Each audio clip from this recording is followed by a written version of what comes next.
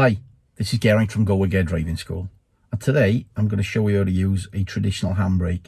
Now, the reason that I put a video together for this is that my learner car has got an electronic and an automatic handbrake. So all of my learners aren't going to get to experience a traditional handbrake or a mechanical handbrake.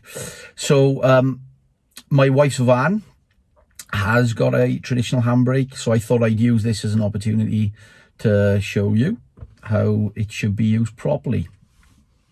Now, it's important to note that different manufacturers may tell you to do things differently. So the best place to look before you do start driving any car is to look in the manufacturer's manual, which is normally in the glove box, and that'll give you the instructions from that specific manufacturer.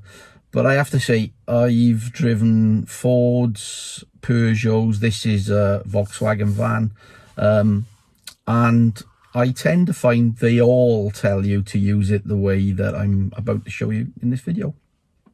First of all, to apply the handbrake, you grab the handbrake and you lift it. You don't press any buttons yet, you just lift the whole lever, and you can hear the ratcheting noise until you can feel there's a fair bit of tension.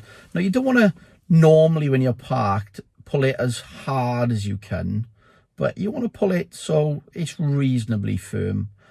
To release the handbrake, you lift the lever ever so slightly, maybe a millimeter or two, then you press the button in and you lower the whole lever whilst you keep your finger on the button.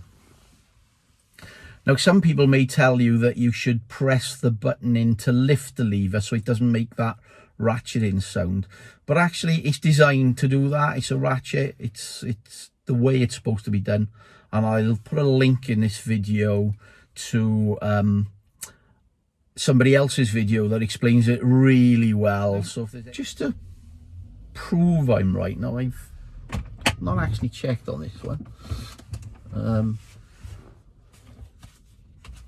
Let's get the manual out of the glove box and let's have a look. Now, most manufacturers will refer to the handbrake as the parking brake, so let me just have a look to see if it's under P for parking.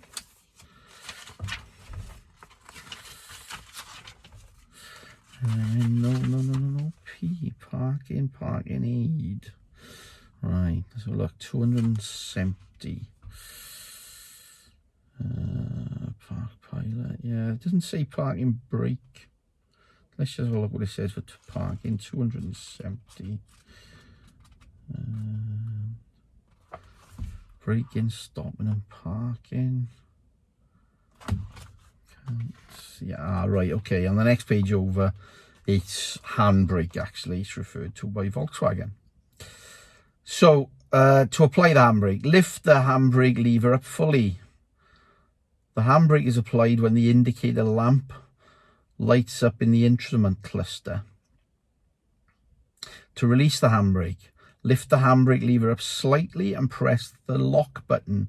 Now, on my old Peugeot, they used to refer to that as the release button, and I guess that made a bit more sense. Guide the handbrake lever down whilst the unlock button is pressed. So you can see there that well, the way they've described it is exactly the same way as I've described it, and that's the way I've always used a traditional handbrake. Okay. Then I looked at Vauxhall Corsa, and you can see it's described in exactly the same way. Then I looked at a Honda Jazz, again described exactly the same way.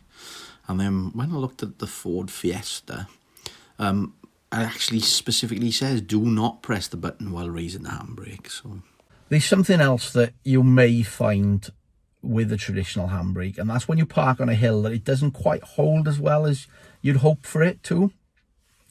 There's reasons for that, and normally it's because there's drum brakes on the back. Now, I'll put another link to another video about the difference between drum brakes and disc brakes, and that'll explain why. But the handbrake on most cars, certainly every car I've come across, will only operate the back wheels.